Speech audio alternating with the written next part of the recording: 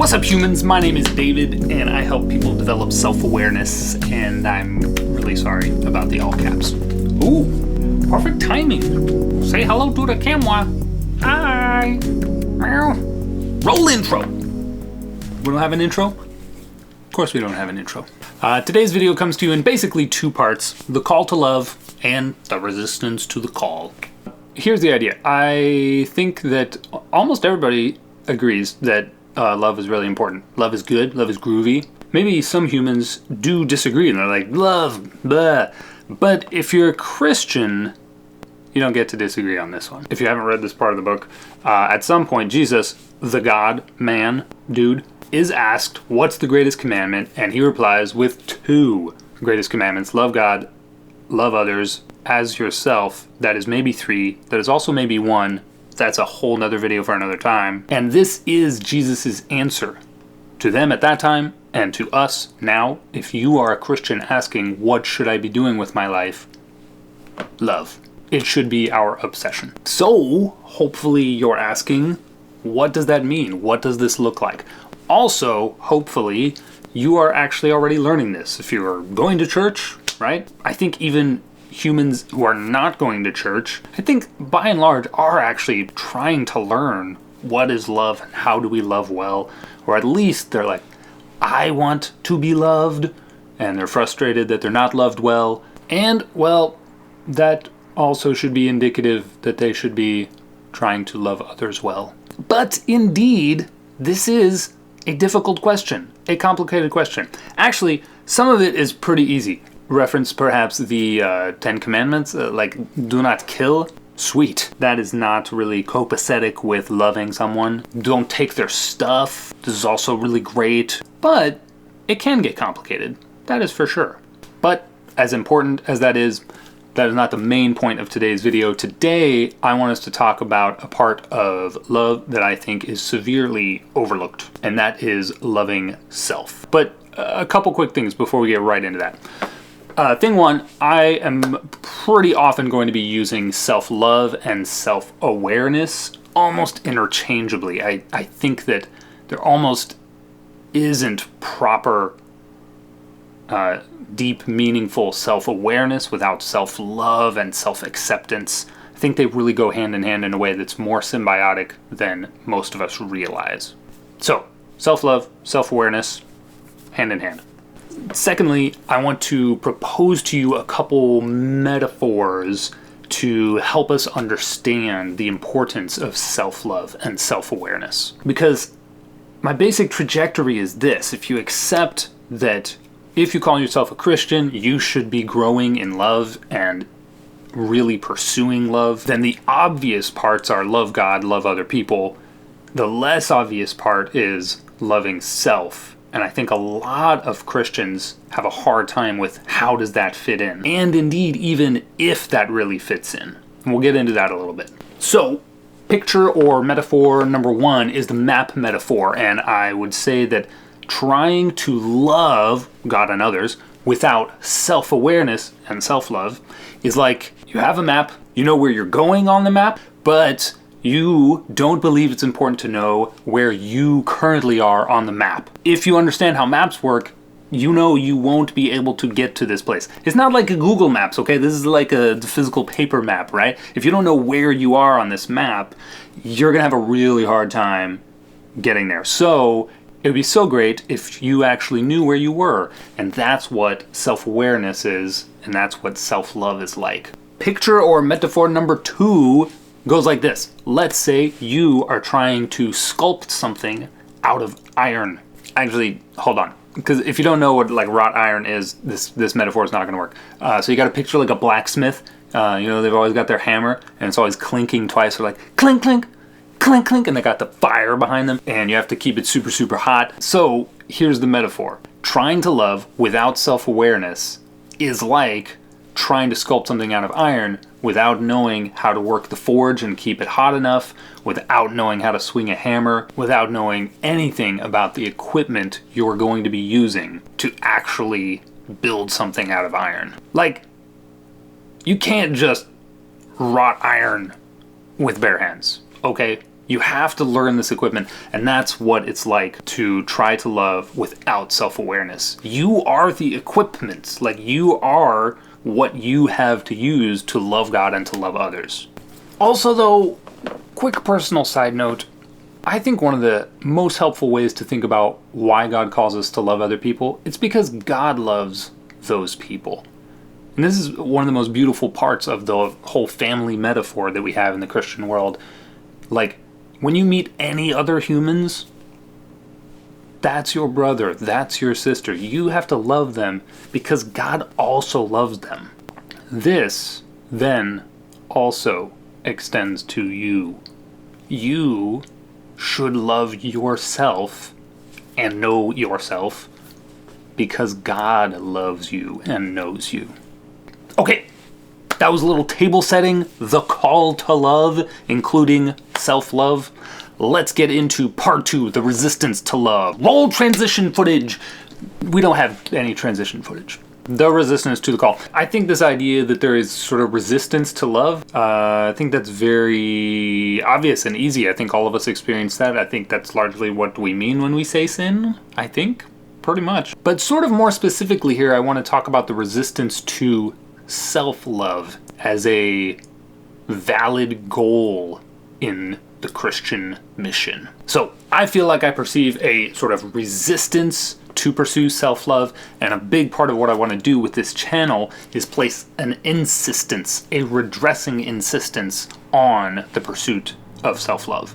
So we're going to unpack this resistance in a few different parts. The first part, we are going to talk about vulnerability. I think vulnerability is the biggest, sort of the main factor contributing to our resistance. We're also going to talk about how self-love sounds selfish. I think this is a pretty honest, sort of genuine misunderstanding that a large percentage of Christians have, in my unprofessional, non-statistical opinion. And then we're going to unpack one of my sort of favorite sayings. Pursuit of self-awareness is for the wise, the humble, and the brave. We're going to unpack those 3 virtues, and I think they're going to help sort of illuminate some other aspects of this resistance.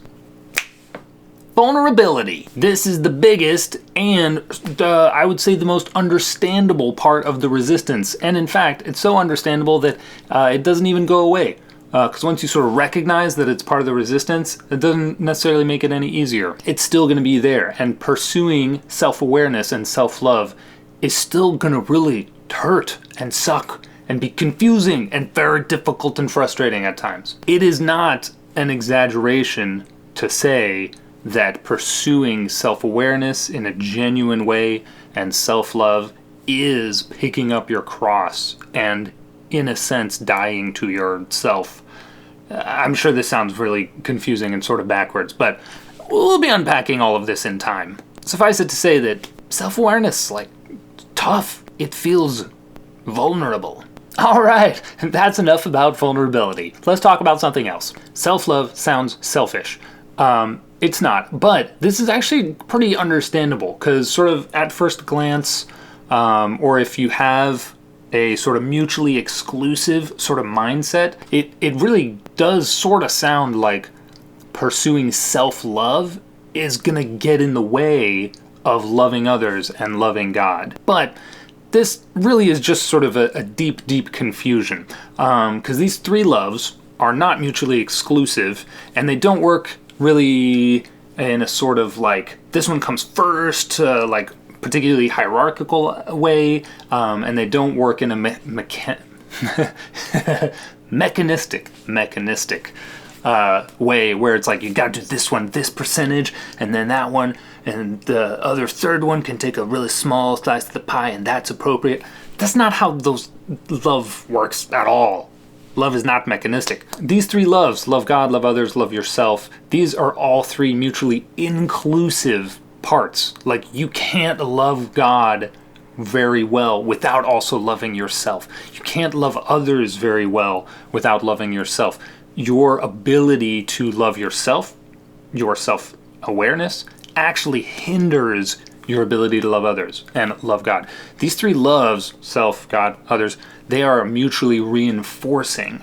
In fact, they may be mutually necessary. And I'll do a whole video on this one day. But for now, try to live with this for a while and see it in your life. Because if you look for this, you will start to see it kind of all over. Your self-awareness, your ability to love yourself is a necessary part of loving God and loving others. Cool? Cool. So, pursuit of self-awareness is for the wise, the humble, and the brave. Wise, humble, brave. Let's take them in that order. Wise, a lot of people doubt that there's a there. When it comes to self-awareness, a lot of people actually sort of feel like, what more is there to know? What else could there be to discover? Now, one of the good things that's happening these days in the Christian world is the Enneagram is very, very popular. So a lot of people are realizing, oh, there is a lot more that I could learn about myself that maybe I really couldn't learn on my own. But by and large, still a lot of people just aren't confident, or they're skeptical that there is much more that could be discovered if they tried to pursue self-awareness. So it takes wisdom to sort of trust that there is more about you to learn and that it would be good to do so. Wise, in fact. This ties in sort of also with our blind spots. It takes wisdom and, in fact, humility, which is the next point, to admit that there might be aspects of ourselves that we're going to have a hard time seeing. In fact, I think this is how blind spots work. I kind of wonder if our subconscious maybe keeps certain inconvenient aspects about ourselves hidden from us. So, yes, it takes wisdom and humility to admit we might not be able to know ourselves on our own without help.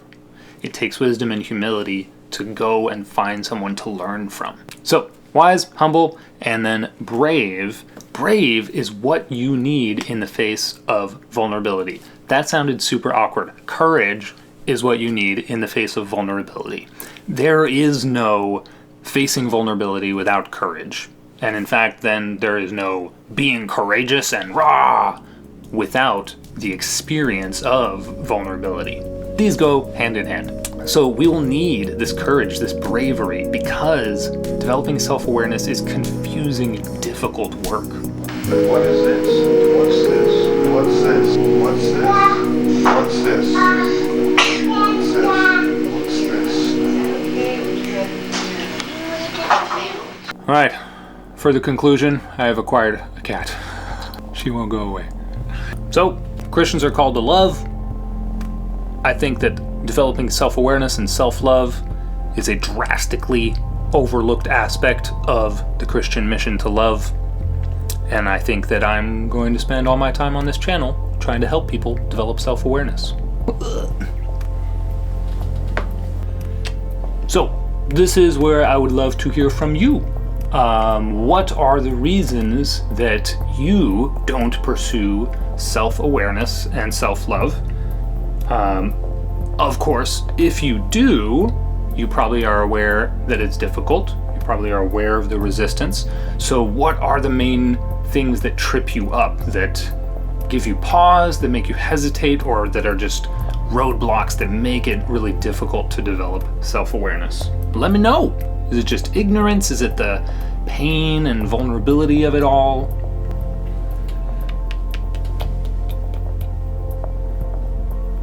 Distraction? Do you get distracted by your cats? You gotta put those answers in the comments. All right, everyone.